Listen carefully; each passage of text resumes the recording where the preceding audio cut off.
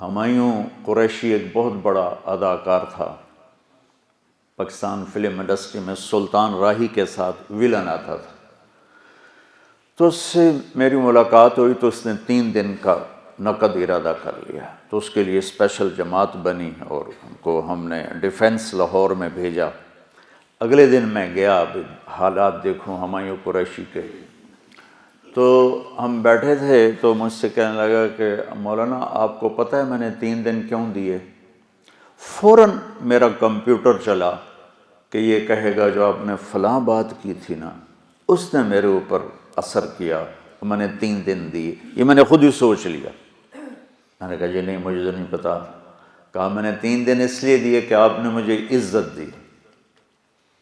دیندار طبقہ ہمیں کافر بنائے بیٹھا ہے، ہم سے نفرت کرتا ہے، ہمیں دیکھ کے منہ پھیر لیتا ہے، آپ نے مجھے عزت دی، اس پر میں نے 3 دن دی۔ یہ نسخہ ہے۔